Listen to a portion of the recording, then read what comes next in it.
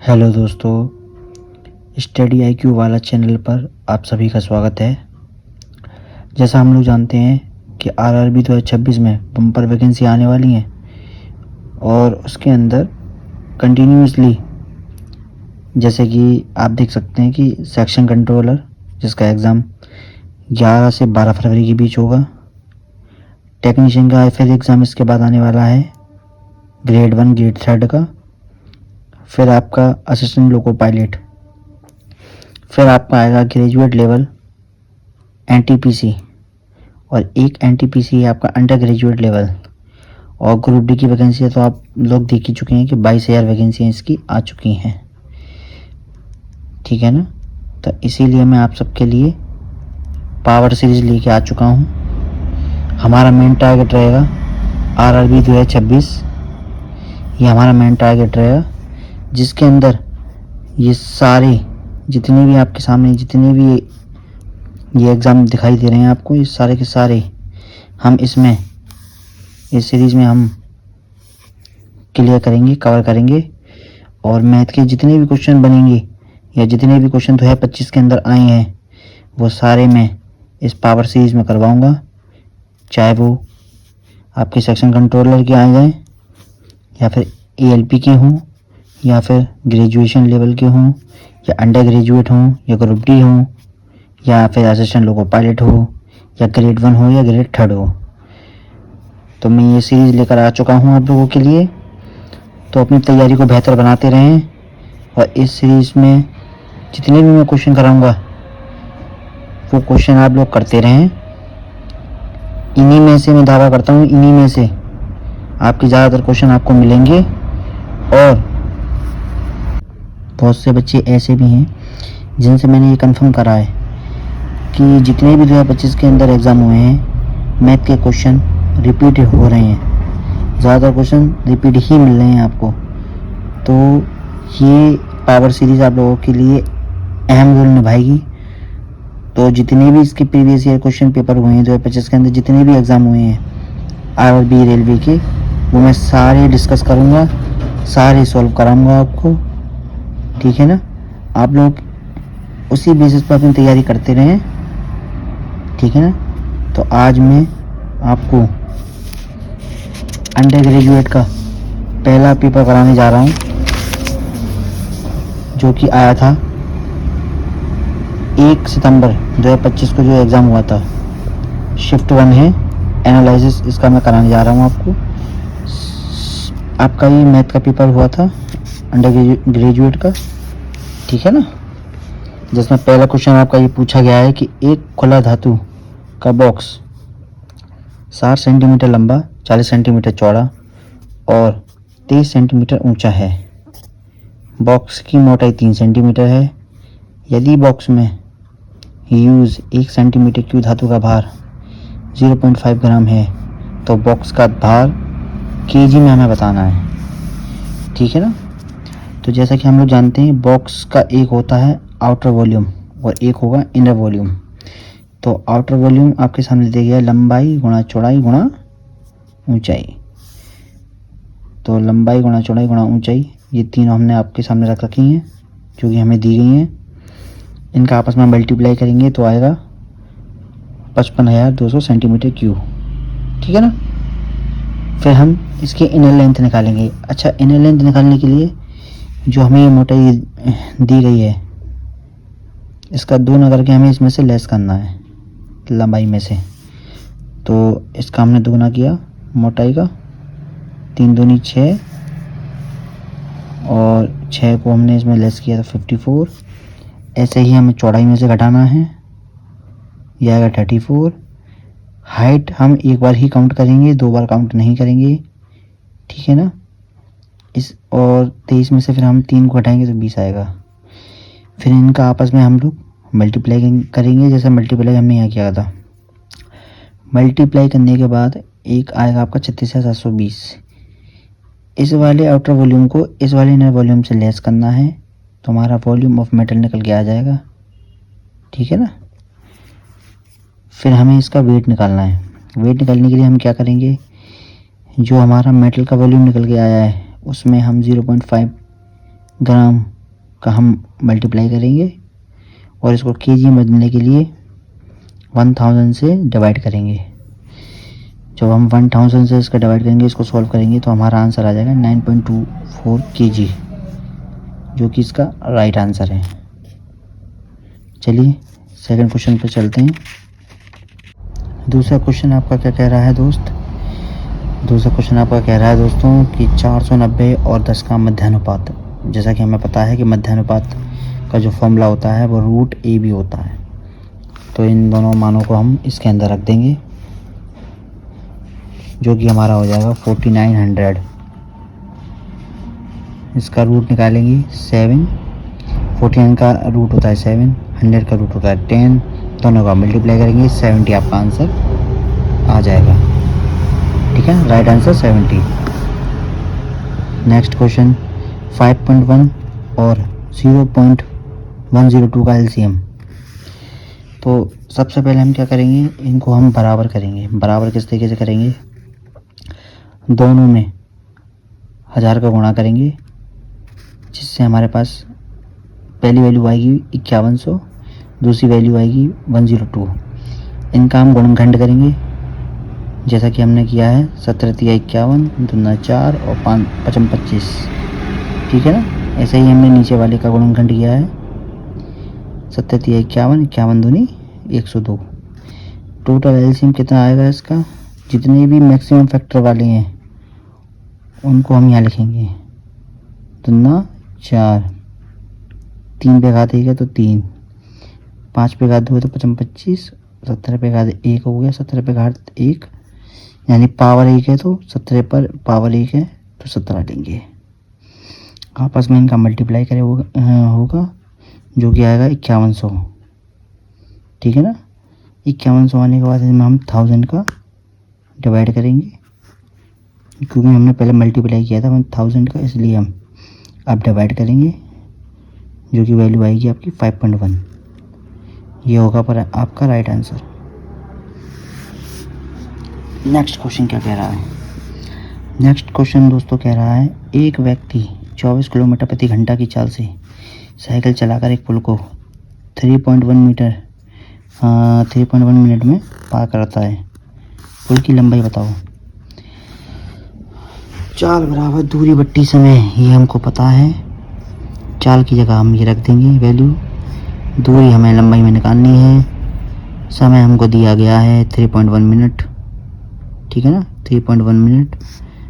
फिर इसका हम इन दोनों में मल्टीप्लाई करेंगे।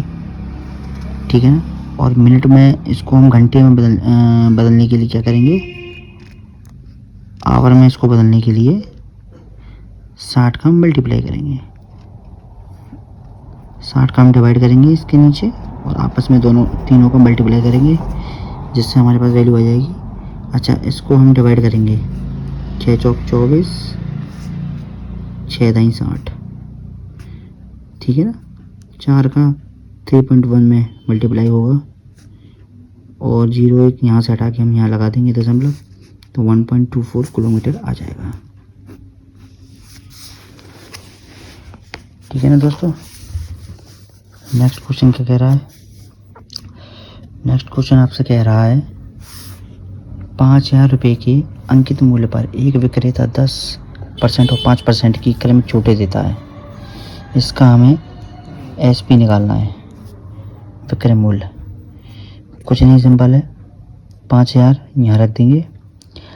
100% में से 10% हम लेस करेंगे, यानी कि 100 में जो वैल्यू हमारे पास है अंकित मूल्य की, उसमें से हम 10 लेस करेंगे, तो ये आ जाएगा आपका 90। ऐसे ही यहाँ करेंगे, ये आ जाएगा 95 अपॉन 100 का। 0 से 0 कैंसिल हो जाएंगे।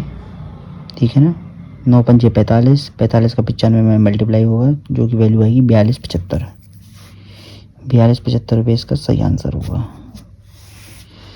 नेक्स्ट क्वेश्चन क्या कह रहा है, एक परिवार के 5 सदस्यों का वजन 40 किलोग्राम, 49 किलोग्राम, 56 किलोग्राम, 74 किलोग्राम और 39 किलोग्राम है। इनका औसत वजन हमें बताना है। वैल्यू 5 दी गई हैं, संख्याएं जो हैं वो 5 हैं।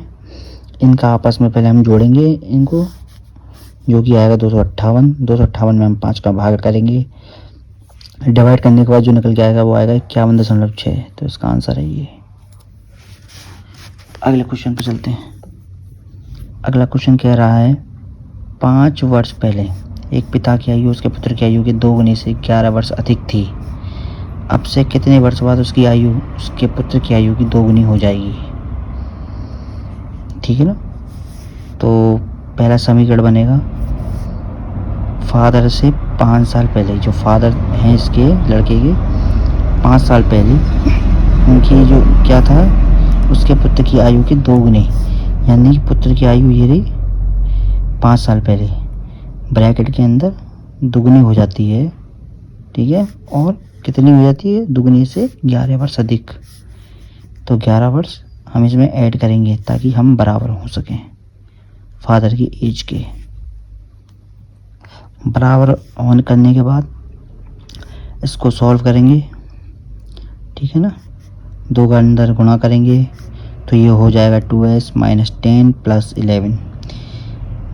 11 से 10 लेस हो जाएगा, 1 बचेगा, 5 को उधर ले जाएंगे, प्लस का 6 हो जाएगा। पहला समीकरण हमारे पास आ जाएगा। फिर बनेगा दूसरा समीकरण जिसमें ये कह रहा है कि अब से कितने वर्ष बाद, हमें वर्ष नहीं दिया गया है, हमें निकालना है। तो हम वर्ष, अगले वर्ष को मानेंगे x। तो f plus x equal to उसकी आयु उसके पुत्र की आयु की 2 गुनी हो जाएगी, ये दुगनी हो जाएगी। तो उसको दुगना करने के लिए क्या करना पड़ेगा, सन की एज में x जोड़ना पड़ेगा और उसी में 2 का हमें गुणा करना होगा। तो गुणा करने के बाद ये वैल्यू आएगी f plus x equal to 2s plus 2x। x cancel हो जाएगा, एक x बच जाएगा। ठीक है ना। तो इस वैल्यू को हमें इससे तुलना करनी पड़ेगी। तो हम देख सकते हैं f बराबर 2s प्लस 6, जो कि पहला समीकरण हमारे पास था, x बराबर 6 है। इसका आंसर आएगा फिर 6 वर्ष बाद। आई होप सारे क्वेश्चन आपको आसानी से हो रहे होंगे, क्लियर हो रहे होंगे। अगले क्वेश्चन पर चलते हैं। तो दोस्तों अगला क्वेश्चन कह रहा है कि एम और एन एक व्यवसाय शुरू करते हैं, एक व्यापार शुरू करते हैं। एम 4 महीने के लिए एन के निवेश से 39,000 रुपये अधिक निवेश करता है और एन 7 महीने के लिए निवेश करता है। टोटल लाभ होता है 4,064 रुपये का। एम का हिस्सा एन के हिस्से से 500 रुपये अधिक है। तो एम की पूंजी हमें बतानी है। एम का प्रॉफिट प्लस एन का प्रॉफिट कितना हुआ है? 4,064। ठीक है ना। एम का जो प्रॉफिट है वो एन के प्रॉफिट से 508 रुपये अधिक है। तो हमें एन के प्रॉफिट के बराबर लाने के लिए एन के प्रॉफिट में ही 508 रुपये जोड़ने होंगे। ठीक है ना। तब एम का प्रॉफिट इसके प्रॉफिट के बराबर होगा। ठीक है। एन पी को हम यहाँ लाएंगे बराबर के दूसरी साइड, तो हो जाएगा माइनस एन पी बराबर 508। एन पी से एन पी कैंसिल, 2MP बराबर हो जाएगा 4,064 प्लस 508, यानी कि टोटल करेंगे तो 4572। 2 से डिवाइड करेंगे, ये होगा 2286। ठीक है ना। 2 से हमने डिवाइड कर दिया। डिवाइड करने के बाद इस वैल्यू को लगा देंगे, किसी भी एक वैल्यू में हम लगा सकते हैं, चाहे पहले में लगा दें या दूसरे में। ठीक है ना। तो ये हमने पहले में लगाया, एम की वैल्यू ये लगा दी प्रॉफिट की, इसको इसमें से लेस कर देंगे 4,064 से। तो 4,064 से जब इसको लेस करेंगे तो ये आएगा 1778। ठीक है ना। दोनों प्रॉफिट जो निकल के आए हैं एन पी और एम पी, इनकी वैल्यू को हम यहाँ पुट करेंगे। ठीक है ना। अब एम का जो इन्वेस्ट है और एन का जो इन्वेस्ट है इनटू एम का समय और एन का समय। एम का समय था 4 महीने और एन का समय था 7 महीने, जो कि ऊपर दिया गया है। एन 7 महीने के लिए, एम 4 महीने के लिए, इनटू अच्छा एक चीज़ और, इसमें कितने रुपये दिए इन्होंने? 39,000 रुपये अधिक निवेश करता है एन के निवेश से। तो बराबर लाने के लिए हमें क्या करना होगा, एम की जगह हमें एन के इन्वेस्ट में 39,000 रुपये ऐड करने होंगे और बटे एन का इन्वेस्ट यहाँ लिखना होगा, तब ये क्वेश्चन बनेगी आपकी। ठीक है ना। यहाँ एम के इन्वेस्ट की जगह हम ये रखेंगे क्योंकि दोनों वैल्यू बराबर है। जैसे ये मैंने यहाँ लिखा है, एम इन्वेस्टमेंट बराबर एन इन्वेस्टमेंट प्लस 39,000। ठीक। फिर क्या होगा, आपस में मल्टीप्लाई करेंगे और जो कर सकता है वो काटेंगे। ठीक है ना। जो कि जैसे मैंने काटा भी है। ठीक है ना। 7 से डिवाइड किया 254 बार, ठीक है। आपस में मल्टीप्लाई करने के बाद ये इक्वेशन बन के आपके सामने रेडी हो जाएगी, ठीक है ना। 1143 n investment is equal to 508 n investment plus 39,000 into 508। इसको पूरे को सॉल्व करेंगे तो एन इन्वेस्टमेंट आएगी 31,200 रुपये, ठीक। अब इस इन्वेस्टमेंट को, जो कि एन की इन्वेस्टमेंट है, इसको हम यहाँ लगा देंगे एन की इन्वेस्टमेंट वाली जगह पर। इस वैल्यू को यहाँ पुट करेंगे तो 39,000 प्लस 31,200 टोटल हो जाएगा 70,200, जो कि एन की इन्वेस्टमेंट है। अच्छा क्वेश्चन है, टाइम टेकिंग है, ठीक है ना। नेक्स्ट क्वेश्चन पर चलते हैं। नेक्स्ट क्वेश्चन क्या बोलता है, फर्नीचर की 3 वस्तुओं की औसत कीमत 16,860 रुपये है। यदि उनकी कीमतें 3:5:7 के अनुपात में हैं तो सबसे महंगी वस्तु क्या होगी। सबसे महंगी वस्तु 7 होगी, क्योंकि ये बड़ी है, ये नंबर भी बड़ा है, ठीक है ना, ये नंबर भी बड़ा है। तो 16,860 बटे इनका टोटल क्या है, 3 + 5 + 7 इक्वल टू 15, ये टोटल है। तो इसको लिखेंगे हम बटे में 15 इंटू सबसे बड़ी संख्या थी 7 को यहाँ लगाएंगे, डिवाइड करके सॉल्व करके आएगा आंसर आपका 7868। तो ये आपका राइट आंसर है, ठीक है दोस्तों। अगला क्वेश्चन क्या कह रहा है, अगला क्वेश्चन बोलता है 1200 रुपये पर 4% प्रति माह, वर्ष नहीं है माह है, माह की ब्याज की दर से 4 माह का ऐसा ही निकालना है, ठीक है ना, साधारण ब्याज। फॉर्मूला क्या होता है, P × R × T/100 equal to SI, ठीक है ना। P की वैल्यू है आपकी 1200 जो कि मूलधन है, R आपकी ब्याज है 4% और T माने समय यानी कि 4 जो कि हमें दिया है 4 माह बटे 100। सॉल्व करेंगे 192 आपका आंसर आ जाएगा, ठीक है ना। अगला क्वेश्चन क्या कहता है, 616 भाग मझला कोष्टक 26 + 9 इंटू छोटे कोष्टक यानी कि छोटे ब्रैकेट में 5 - 7। अच्छा 5 - 7 तो ये आएगा -2, ठीक है ना। ब्रैकेट खोलेगा तो ये 18 हो जाएगा आपका माइनस का, 26 में से 18 जाएंगे आपके क्या आएगा 8, ठीक है ना। 8 को हम डिवाइड करेंगे 616 में तो जो ये आपका आंसर आ जाएगा 77, ठीक। अगला क्वेश्चन आपका क्या बोलता है, किसी निश्चित मूलधन पर 2.5% वार्षिक ब्याज दर पर 4/1/5 वर्ष का SI 8400 रुपये है। उसी मूलधन पर 8.1% की वार्षिक SI दर पर 10/1/4 वर्ष में देय मिश्र धन बताना है, ठीक है ना। तो SI का फॉर्मूला भी मैं पीछे बता के चुका हूँ आपको, PRT/100, ठीक है। तो हमें एक मूलधन निकालना है, ठीक। तो क्या करना होगा हमें मूलधन निकालने के लिए, ब्याज हमें दी है SI की जगह पर ये लगाएंगे 8400, ठीक है।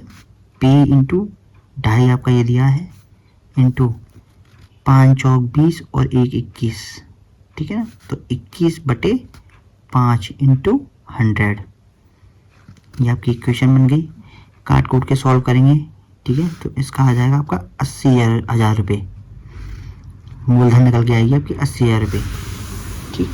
अब 80,000 रुपये पे आपको निकालना है तो 80,000 इंटू आपका ये दिया है पूरी वैल्यू जो मैंने आपके सामने लगाई है, ये शॉर्ट में निकाला है मैंने, इस पूरी वैल्यू को यहाँ पुट कर दिया है 80,000 ना लिख के, और एक आपकी 8.1 जैसे कि ये दिया गया है 8.1% इंटू 10/1/4 वर्ष, ठीक है ना।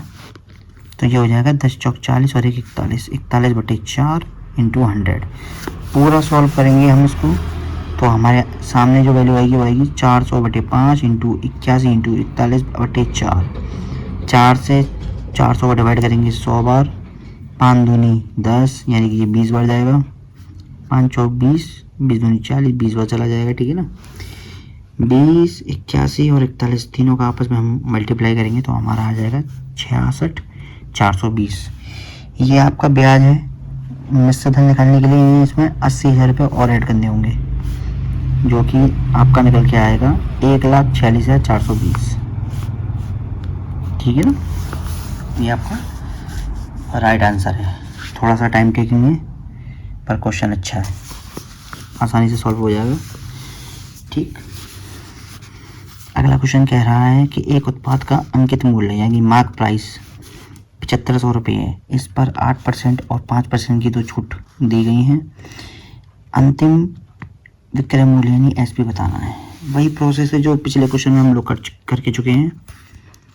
7500 की वैल्यू लिखनी है, 8 लेस करनी है 100 में से 92 हो जाएगा, 5 लेस करनी है 100 में से 95 हो जाएगा, बट्टे 100 लिखनी है। सारे जीरो जितने भी वो एक दूसरे से कैंसिल कर देनी है, ठीक है, जितने कर सकती हैं जीरो, वरना इसको हमें जीरो बनाना होगा। जीरो बनाने के लिए हमें क्या करना होगा, इसमें देखना होगा सम संख्या कौन सी, सम संख्या इसमें से निकाल के इसमें मल्टीप्लाई कर दो किसी एक में, ठीक है ना। तो ये जैसे मैंने लिखा है 23 चौक 92, तो 4 का हम इसमें 75 में मल्टीप्लाई करेंगे तो ये हो जाएगा 300, डबल जीरो कैंसिल, 3 गुणा 23 गुणा 95, इनका आपस में मल्टीप्लाई करेंगे तो आंसर आएगा आपका 6555, ठीक है ना। अगला क्वेश्चन क्या कहता है, 5/2 प्लस 1/1 प्लस 3/8 माइनस 5/3। सॉल्व करना आसान है, कोई ज़्यादा टिपिकल नहीं है। 8 एक 8, ठीक है ना। 8 और 3 11, 8 ऊपर आ जाएगा तो 11/8 ये हो जाएगा, ठीक है। 8/11, हाँ 8 1 8, 8 और 3 11, 11 नीचे रहेगा, अंश पे आएगा आपका 8 ऊपर, जो कि मैंने लिखा है ये, ठीक है ना। इसमें से इसको लेस करेंगे, ठीक है ना, तो 5 कॉमन ले लेंगे, ठीक है।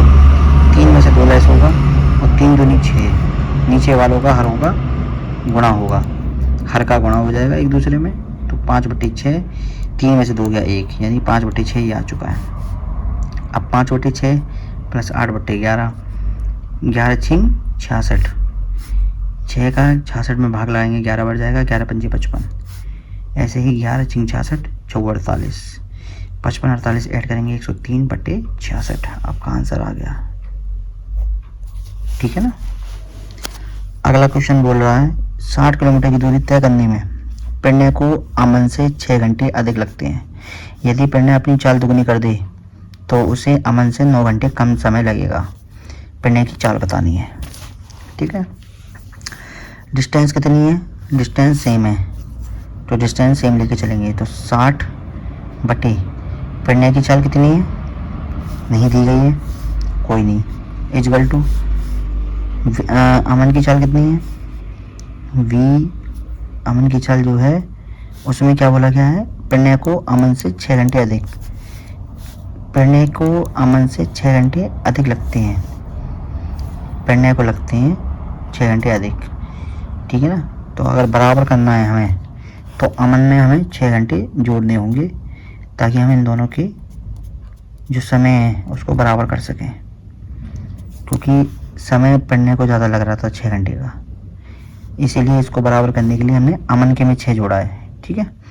यही प्रोसेस हमें अगले वाले में करनी है कि पिण्य की चाल को दुगना कर दें। अब यहाँ हमने पिण्य की चाल को दुगना किया है, पहले सिंगल चाल थी अब इसकी दुगनी हो गई, बराबर वही कंडीशन रहनी है। समय कितना लग रहा था, 9 घंटे कम समय लगता है, अब पिण्य को 9 घंटे कम समय लग रहा है तो इसीलिए हम अमन के में 9 घंटे कम कर देंगे, ठीक है।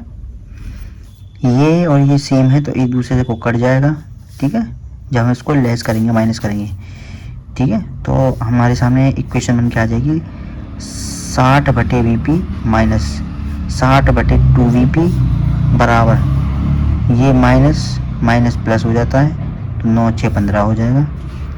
इसको सॉल्व करेंगे तो ये हो जाएगा 120 माइनस 60/2VP इजकल टू 15, 120 में से 60 गया, 60 आ गया, 2 वीपी वहाँ उधर दूसरी तरफ जाएगा बराबर के, तो ये हो जाएगा 30 वीपी। 30 से 60 को हम डिवाइड करेंगे तो वीपी यानी पेंडेंट की चाल निकल के आएगी आपकी 2 किलोमीटर प्रति घंटा, 2 किलोमीटर प्रति घंटा। ठीक है ना। नेक्स्ट क्वेश्चन पे चलते हैं हम लोग। आपका नेक्स्ट क्वेश्चन क्या कहता है,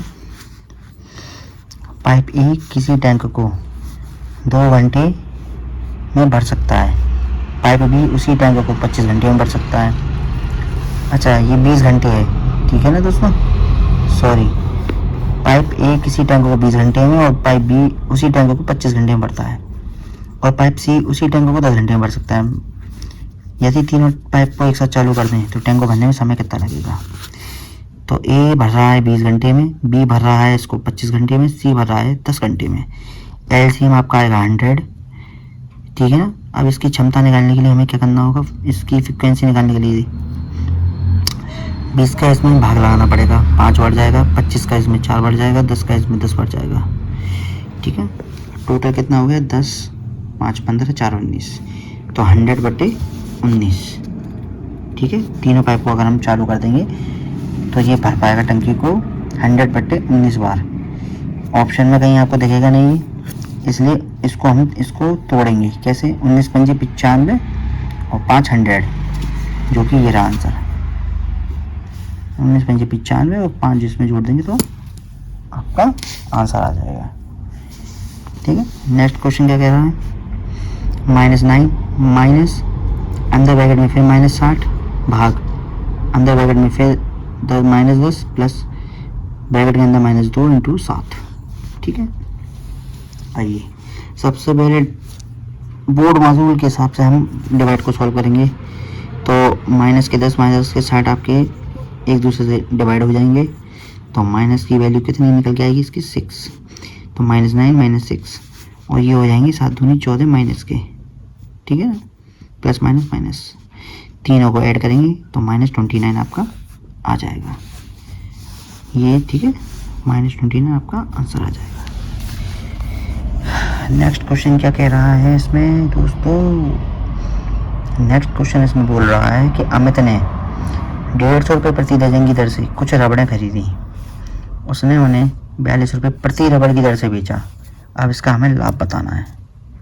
ठीक है, 42 रुपये प्रति रबड़ की दर से बेचा, तो जैसा हमें पता है कि 150 रुपये प्रति दर्जन यानी कि 12 जो रबड़ थी उसने 150 रुपये में खरीदी, तो अब 1 रुपये में कितनी रबड़ ले पाएगा, मतलब क्वेश्चन में ये कहना चाह रहा है कि 150 रुपये में उसने 12 खरीदी। ठीक, हमें 1 रबड़ की वैल्यू निकालनी है, तो 1 रबड़ की वैल्यू कितनी हो जाएगी 12.5 रुपये।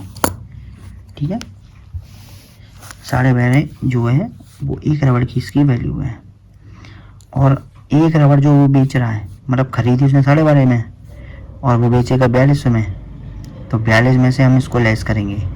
ये सेलिंग प्राइस है, ये कॉस्ट प्राइस है, सेलिंग प्राइस से कॉस्ट प्राइस को लेस करते हैं। ठीक है, प्रॉफिट निकालने के लिए। तो जब 42 से 12.5 लेस होगा तो आपका आएगा 29.5। ये इसका प्रॉफिट है कि इतने रुपये इसने कमाई। किस पर कमाई, कॉस्ट प्राइस पर। भाई जो चीज़ बेचेगा, ठीक है, तो वो तो ये है, और जो चीज़ वो खुद से बेच रहा है तो उसी पर ही तो हम निकालते हैं। जैसे कॉस्ट प्राइस है, कॉस्ट प्राइस पर हम हमेशा प्रॉफिट को निकालते हैं। ठीक है, तो 12.5 दशमलव से दशमलव कैंसिल, एक दूसरे से डिवाइड करने के बाद हमारा आंसर आ जाएगा 236। ठीक है, 25 पंजे 125, 25 चौका 100। ठीक है, 5 को यहाँ डिवाइड करेंगे तो ये जाएगा 59 बार, तो 59 का 4 में गुणा करने के बाद 236 आपका आंसर आ गया। ठीक है, नेक्स्ट क्वेश्चन क्या बोल रहा है, 2 क्रमागत प्राकृत संख्याओं का गुणनफल 600 है, दोनों संख्याओं में से बड़ी संख्या हमें बतानी है। कुछ नहीं करना, इसका गुणनफल हमें करने पड़ेंगे। तो इसका गुणनफल कैसे करेंगे, 5 का इसमें भाग देंगे तो ये जाएगा 120 बार, फिर 5 से देंगे ये आएगा 24 बार। इन दोनों का हम गुणा करेंगे तो ये हो जाएगा 25 और ये हो जाएगा 24। क्रमागत, क्रमागत माना कंटिन्यू, जैसे 1 के बाद 2 आता है, फिर 2 के बाद 3 आता है, ये होता है क्रमागत। ऐसे ही 24 के बाद आता है 25 और इसमें बड़ा कौन है 25, तो इसलिए बड़ी संख्या क्या हो जाएगी आपकी 25 25। ठीक है, आई होप कोई डाउट ना हो आप लोगों को। ठीक है ना, अगला क्वेश्चन देखते हैं। दो संख्याओं का योगफल 84 है और उनका एलसीएम 120 है, वे दोनों संख्या हमें बतानी है। ठीक है, इसको बेस्ट तरीका इसका करने का है, हम ऑप्शन से भी इसको चेक कर सकते हैं। ठीक है, इन दोनों के एलसीएम देखते हैं, गुणनखंड देखते हैं कि क्या निकलेगा। इनका गुणनखंड क्या निकल रहा है, देखो 3 दूनी 6 पंजे 30, 30 दूनी 60। ठीक है, और एक ये आता है आपका दुना 4, 4 दूनी 8, 3 24। ठीक, तो मैक्सिमम घात कितनी है इस पर 1 और ये 2, और यहाँ 1 2 3, तो 2 पे घात 3 लेंगे हम एलसीएम के लिए। ठीक है, ऐसा ही 3 पे घात 1 लेंगे और 5 पे घात 1 लेंगे, तो ये हो जाएगा 8 3 24 5 120। आपका आंसर आएगा 120। जो आपका 120 एलसीएम है इसको संतुष्ट कर रहा है, यानी आंसर होगा 60 और 24। अगला क्वेश्चन है, त्रिभुज ABC में D पर BD AC पर लंब है और त्रिभुज DBC बराबर 29 डिग्री है। BC पर एक बिंदु E इस प्रकार है कि कोण CAE बराबर 25 डिग्री है। कोण EEB का माप हमें बताना है, यानी कि हमसे ये वाला कोण पूछा गया है। सिंपल तरीका है इसका, आप इससे भी ना समझ पाए तो सबसे इजी तरीका मैं आपको बताता हूँ कि ये जो लंब गिर रहा है ना, लंब के दोनों तरफ के कोण 180, ये पूरा 180 डिग्री होता है, ये वाला ये कोण 180 डिग्री होता है। ठीक, हमें कौन कौन से कोण पता है, जब ये 180 है तो ये 90 होगा, ये भी 90 होगा। ठीक है ना, तो जब ये वाला कोण हमारा 90 है, ठीक, और ये वाला कोण 29 है, तो 90 और 29 को जोड़ेंगे तो ये हो जाएगा 119। 119 को हम 180 से लेस करेंगे, क्योंकि ये तीनों कोणों के योग आपके 180 होते हैं। त्रिभुज के तीनों कोणों के योग 180 होते हैं, तो 119 को हम 180 से घटाएंगे तो हमारा निकल के आएगा 61, यानी कि कोण C, ये वाला कोण। ठीक है ना, अब ये कोण आ गया, ये भी कोण आ गया, अब हमें निकालना है ये वाला कोण। फिर 180 में से क्या करना होगा, हमें इन दोनों को जोड़ के घटाना होगा। तो 61 और 25 जोड़ेंगे तो कितना होगा 94, मतलब 61 25 जोड़ेंगे तो 180 में से घटाने के बाद हमारा 94 आएगा। ठीक है, 86 में आप 180 में से 86 घटाएंगे तो 94 आएगा। अब 94 आपका ये वाला कोण आ चुका है। अब फिर वही कंडीशन आ जाएगी आपके पास लंब वाली, जैसे एक लंब यहाँ ये वाला था तो एक लंब ये भी है, तो 180 का ये दोनों कोण हो गया, एक कोण 94 हो चुका है, तो 94 180 में से लेस करेंगे, बाकी बचा हुआ जो कोण है वो होगा 86, यानी कि आपका आंसर आएगा 86। ठीक है ना, अगले क्वेश्चन पर चलते हैं। दो पाइप एक टंकी को 16 मिनट और 32 मिनट में भर सकते हैं। टंकी को खाली करने के लिए तल पर एक पाइप लगाया गया है जो दोनों पाइपों के साथ मिलकर 12 मिनट में टंकी को भरेगा। यदि कोई अन्य पाइप ना खुला हो तो टंकी के तल पर जो पाइप लगा हुआ है पूरी तरह भरी हुई टंकी को कितने समय में खाली कर देगा। ठीक है, तो C जो टंकी है वो इसको खाली करने के लिए है। ठीक है, A 16 मिनट में भर रहा है, B 32 मिनट में भर रहा है और एक टंकी C और है जिसकी मदद से ये खाली भी करता जा रहा है, ये दोनों भरते चले जा रहे हैं। तो टोटल 12 घंटे मतलब 12 मिनट में इसको भर रहा है। टोटल आपका एलसीएम आएगा 96 मिनट आपका 96 मिनट आएगा। ठीक है, 16 6 96, 32 3 96 और 12 8 96। ठीक, अब इनकी जो फ्रिक्वेंसी आई है, ए की तो 6 है, बी की 3 है, 6 और 3 9। इसकी फ्रिक्वेंसी आई थी 8, वो इसलिए आई थी क्योंकि सी जो है वो 1 की क्षमता से पानी को निकाल रहा है, इसलिए ये 8 आई थी। ठीक है ना, तो 6 में से 6 3 9, 9 में से 1 गया, 8 बचा। ठीक, इस तरीके से हमारी ये फ्रिक्वेंसी निकल के आ जाएगी। अब ये कितने समय में इसको खाली कर देगा, जब हम ये वाली टंकी भी बंद कर देंगे, ये वाली भी टंकी बंद कर देंगे तो बचेगी कौन सी, ये वाली। ठीक है ना, एक वाली तो बचेगी जिसका मान C का मान 1 ही तो था, तो 1 का हम इसमें भाग लगाएंगे तो 96 बढ़ जाएगा, यानी कि ये इसको भरे खाली करेगा 96 मिनट में। ठीक है, तो इसका आंसर ये आएगा।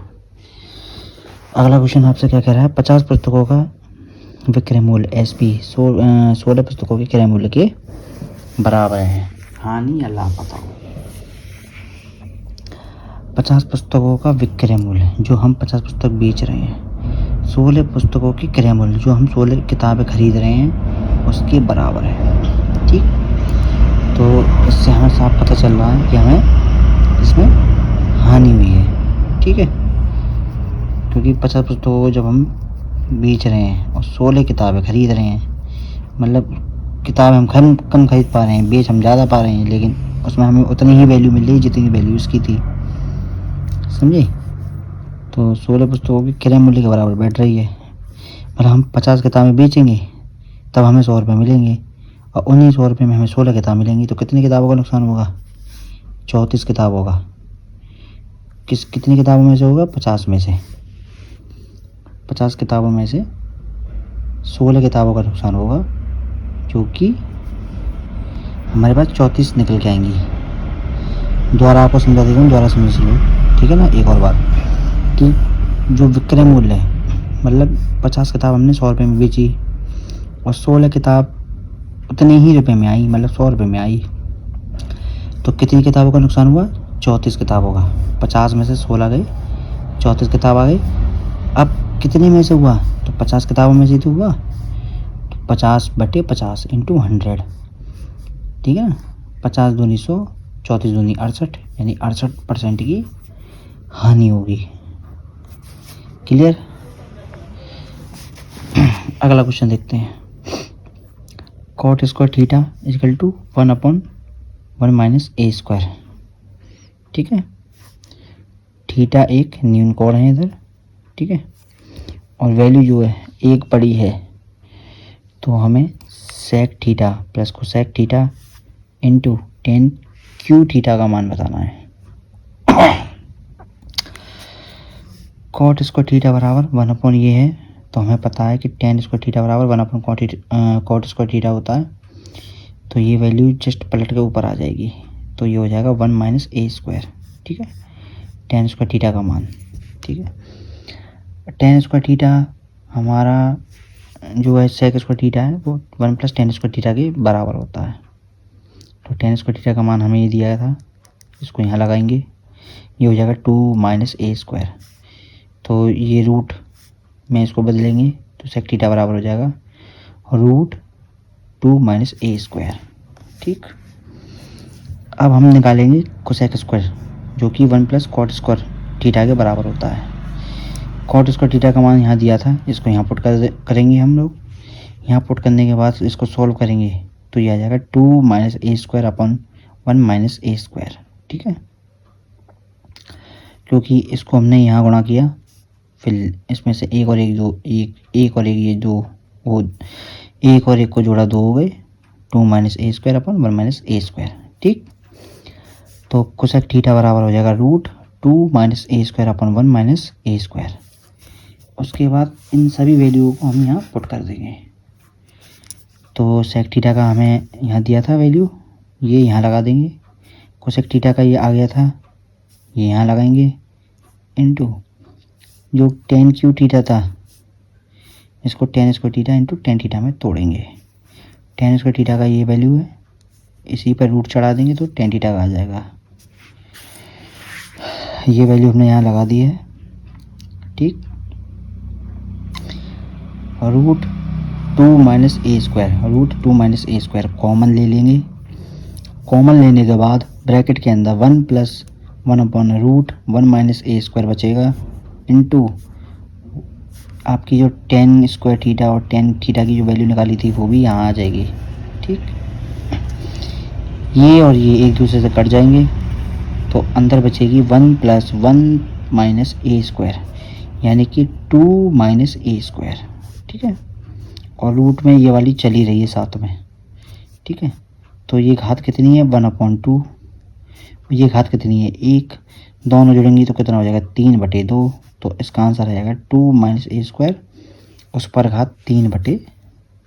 तो अगला क्वेश्चन देखते हैं। एक जिले की जनसंख्या 3,74,000 है, जिसमें से 1,65,000 पुरुष हैं। 21% जनसंख्या साक्षर है। यदि 40% पुरुष साक्षर हों तो महिला कितने परसेंट साक्षर होंगी? तो सबसे पहले हमें जिले की जनसंख्या ये दी गई है, इसको लिखना है। फिर हमें ये देखना है कि पुरुष कितने साक्षर थे, जिसमें से इतने पुरुष थे, तो यानी कि 1,65,000 तो पुरुष हैं। इसको इसमें से लेस करेंगे तो ये निकल के आएगा 2,09,000 महिला। पुरुष महिला की संख्या आ चुकी है। अब जनसंख्या साक्षर यानी जनसंख्या कितनी साक्षर है, तो 3,74,000 में 21% इसका निकालना है, जो कि आएगा 78,540। पुरुष कितने साक्षर हैं? पुरुष के लिए संख्या दी गई है आपकी 1,65,000, तो उसमें आपको कितना निकालना है 40%, जो कि आएगी 66,000। ठीक है, अब निकालेंगे हम महिला का साक्षर। महिला का साक्षर निकालने के लिए 78,540 में 66,000 को लेस करेंगे, जो कि 12,540 महिलाओं का साक्षर संख्या निकल के आएगा। ठीक है, अब इसका हमें परसेंटेज निकालना है। तो परसेंटेज निकालने के लिए हमें क्या करना होगा, 12,540 इंटू 100 बटे जो महिलाओं की संख्या दी गई थी यहाँ, उससे हम उसको भाग देंगे, जो कि हमारा कटा के निकल के आएगा 6%। ठीक है ना, तो इसका 6% इसका आंसर आएगा कि 6% महिलाएं साक्षर हैं। ठीक है, 0 से 0 कट जाएंगे आपके, 2 0 1 0 ये कट जाएगा, और ये 209 जो है आपका, इसमें 6 का गुणा करेंगे तो 1254 आएगा। ठीक है ना, यहाँ तक आपका क्लियर हो चुका है। अगला देखते हैं। ये वाला क्वेश्चन आप देख सकते हैं कि 3 जो आपका है ब्रैकेट के बाहर है, फिर 4/3 एक ब्रैकेट के अंदर है, x² माइनस 24x प्लस 18, फिर है -4 ब्रैकेट के अंदर x² प्लस 7x माइनस 18। 3 का अंदर गुणा करेंगे, 3 से 3 कैंसिल हो जाएगा, ये हो जाएगा 4x², 24 दिया 72x, 18 दिया 54। 4 का अंदर गुणा करेंगे तो ये हो जाएगा ब्रैकेट के अंदर 4x² प्लस 28x, 7 चौक 28, 18 चौक 72 माइनस 72। माइनस का अंदर गुणा होगा तो ये माइनस का हो जाएगा, ये माइनस का हो जाएगा, ये प्लस का हो जाएगा। ठीक है, 4x² कैंसिल हो जाएंगे, 72x 28x 100x हो जाएंगे, और 54 और 72 126 हो जाएंगे। तो आपका आंसर आएगा ये वाला। ठीक है ना, -100x प्लस 126। अगला क्वेश्चन देखते हैं। 55 का 65% 15 के 2/5 से कितना देंगे? ठीक है, दोनों का साइड में लेके चलेंगे। 15 का 2/5 कितना होता है? 6 होगा। 5 दिया 15, 3 दूनी 6। यहाँ तक क्लियर हो गया ये वाला। इसमें देखते हैं 55 का 65% होता है 65/100। ठीक है, अब हमें क्या करना है, 11 पंजे 55। ठीक है, 325 11 का इसमें हम गुणा कर देंगे, फिर 00 को यहाँ दशमलव के रूप में ऐड कर देंगे, तो ये आया 3575। इसमें हम यहाँ दशमलव लगा देंगे और 6 को लेस कर देंगे, क्योंकि हमें कितना अधिक है ये बताना है। तो जब 35 में से 6 जाएगा तो ये बचेगा 29.75। इतना अधिक है ये। ठीक है ना, अगले सवाल पर चलते हैं। ए बी और सी, ठीक है ना, ए बी और सी क्रमशः 1340 रुपये, 1100 रुपये और 2440 रुपये का निवेश करते हैं, एक बिजनेस शुरू करते हैं। यदि उनके द्वारा लाभ में बी का हिस्सा 814 रुपये है, तो ए और सी द्वारा लाभ में कितना अंतर होगा? तो सबसे पहले ये जो वैल्यू दी गई है हमें, इनको हम अनुपात में निकालेंगे। ठीक है, 0 से 0 तीनों में कैंसिल हो जाएंगे, तो आ जाएगा 134, 110 और 244। फिर इनको देख सकते हैं, कट सकते हैं या नहीं। 2 से कट जाएगा 67, 55, 122। ठीक है, अब तीनों के हिस्से आ चुके हैं, ए का, बी का, सी का। ठीक है, तो बी का हिस्सा हम कैसे निकालेंगे? बी का हिस्सा हमें दिया गया 814 रुपये और बी का हिस्सा जो है 55 है, ठीक है, डिवाइड करेंगे 814/55 आ जाएगा। ठीक, अब इन दोनों का हम अंतर देखेंगे और इसी में अंतर कितना है, तो 122 में से 67 जाएगा तो 55 बचेगा। ठीक है, तो वही वैल्यू हमें यहाँ पुट करनी है। ठीक है, तो 814/55 इंटू 55, 55 से 55 कैंसिल हो जाएगा तो 814, यानी आपका आंसर आएगा 814 रुपये। ठीक है, अगला क्वेश्चन देखते हैं। 11 सेंटीमीटर, 15 सेंटीमीटर और 16 सेंटीमीटर माप वाली 3 भुजाओं वाली त्रिभुज का क्षेत्रफल हमें बताना है निकटतम पूर्णांक तक। ठीक है, अच्छा हीरोस, इसमें क्या होगा, हीरोस फॉर्मूला लगेगा एस बराबर ये तीनों जो माप दी गई हैं इनका टोटल होगा बटे 2 से इसका भाग लगेगा। ठीक है, तो 42/2 यानी कि 21 सेंटीमीटर एस की वैल्यू आ जाएगी। अब त्रिभुज का क्षेत्रफल इसके लिए फॉर्मूला क्या लगता है, रूट के अंदर एस, कोष्टक में एस माइनस ए, कोष्टक में एस माइनस बी, कोष्टक में एस माइनस सी। एस की वैल्यू 21 सब जगह लगा देनी है और ए की जगह लगाना है हमें 11, बी की जगह लगाना है 15, सी की जगह लगाना है 16। तो ऐसे ही एस की जगह 21, फिर एस की जगह 21 माइनस ए की जगह 11, बी की जगह 15, सी की जगह 16, एस की जगह 21 तो लगाना ही है, घटाते चले जाओ। 21 की जगह 21, 11, 21 में से 11 गया 10, 21 में 15 गया 6, 21 में 16 गया 5। ठीक है, ये होता है 7 या 21, 5 दूनी 10, 3 दूनी 6 और 5, 5 और 5 बाहर आ जाएंगे, 3 और 3 बाहर आ जाएंगे, 2 और 2 बाहर आ जाएंगे। ठीक है ना, ये रूट है, 4 का रूट 2 आएगा बाहर, 25 का रूट 5 आ जाएगा बाहर और 9 का रूट 3 आ जाएगा। रूट 7 अंदर रह जाएगा क्योंकि एक ही 7 है।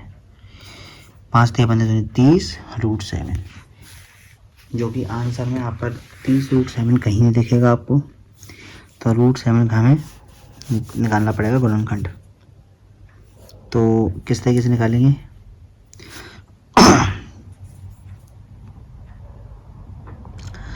तो आप देख सकते हैं 7 दिया है, 0000 हम यहाँ ले लेंगे। इसका निकटतम देखेंगे वर्ग कितना है, 1 3 का 9 और 2 9 4, 9 जो है वो ज़्यादा हो जाएगा इसलिए हम 2 तक जाएंगे, तो 2 9 4, 2 से 2 जोड़ेंगे 4, 7 में से 4 गया 3, ये गया कितनी बार, 2 बार। ठीक है, फिर 00 जैसा का जैसा है वैसा वैसा यहाँ उतार लेंगे। अब हम ये देख सकते हैं कि ये कितने निकटतम पूर्णांक तक अपना चला जाएगा, तो हम 46 बनाएंगे इसको, मतलब 6 से इसका गुणा करेंगे, तो जितने से गुणा करेंगे उतने ही हमें यहाँ रखने हैं। तो ये 46 में हमें 6 का गुणा करना होगा, ठीक, जो कि 276 निकल के आता है, 0.6। ठीक है ना, 2.6 हमारे पास आ चुका है निकटतम इसका रूट का वर्ग, जो आपका 7 का जो रूट है वो आया है 2.6। जब हम 30 का इसमें मल्टीप्लाई करेंगे तो ये होगा 78, लगभग 79 हो जाएगा हमारे पास, क्योंकि 78 वैल्यू यहाँ है नहीं, तो इसकी निकटतम हमारा 79 है, इसलिए इसका आंसर होगा 79 सेंटीमीटर स्क्वायर। ठीक है ना, तो मैंने आपको सारे क्वेश्चन एनटीपीसी के करा दिए हैं दोस्तों। ठीक है ना, आई होप आपको ये क्लास अच्छी लगी हो। आगे मैं और भी इसके प्रीवियस ईयर पेपर लाता रहूँगा, इसके मैथ के क्वेश्चन सारे के सारे आपको कराता रहूँगा। लाइक करें, सब्सक्राइब करते रहें चैनल को, और ऐसे ही जितने भी मैं क्वेश्चन लाऊँ उनके सारे क्वेश्चन आप खुद से करते रहें। प्रैक्टिस करना बहुत ज़रूरी है, इसलिए जितने प्रैक्टिस सेट लगा सकें उतने प्रैक्टिस सेट आप लगाएं। ठीक है ना, ज़्यादा से ज़्यादा मॉक दें, और जितने आपने अभी तक क्वेश्चन अगर नहीं करे हैं तो एक बार ये प्रीवियस ईयर, अगर आप मॉक भी नहीं दे पा रहे हैं तो प्रीवियस ईयर जरूर दे के देखें। प्रीवियस ईयर में जितने भी मैथ के क्वेश्चन आए हैं अगर आप उनको भी कर लेते हैं तो आप अच्छा स्कोर मैथ में कर पाएंगे। ठीक है ना, तो बस ऐसे ही मैं अभी और भी वीडियो लाता रहूँगा प्रीवियस ईयर मैथ के क्वेश्चन के, आप देखते जाना। मैं टेक्नीशियन के भी अभी लेके आने वाला हूँ और ALP का भी लेके आऊँगा। ऐसे ही आप एक एक वीडियो हमारी देखते रहें, ठीक है, और खुद से ही प्रैक्टिस करते रहें। बहुत बहुत धन्यवाद।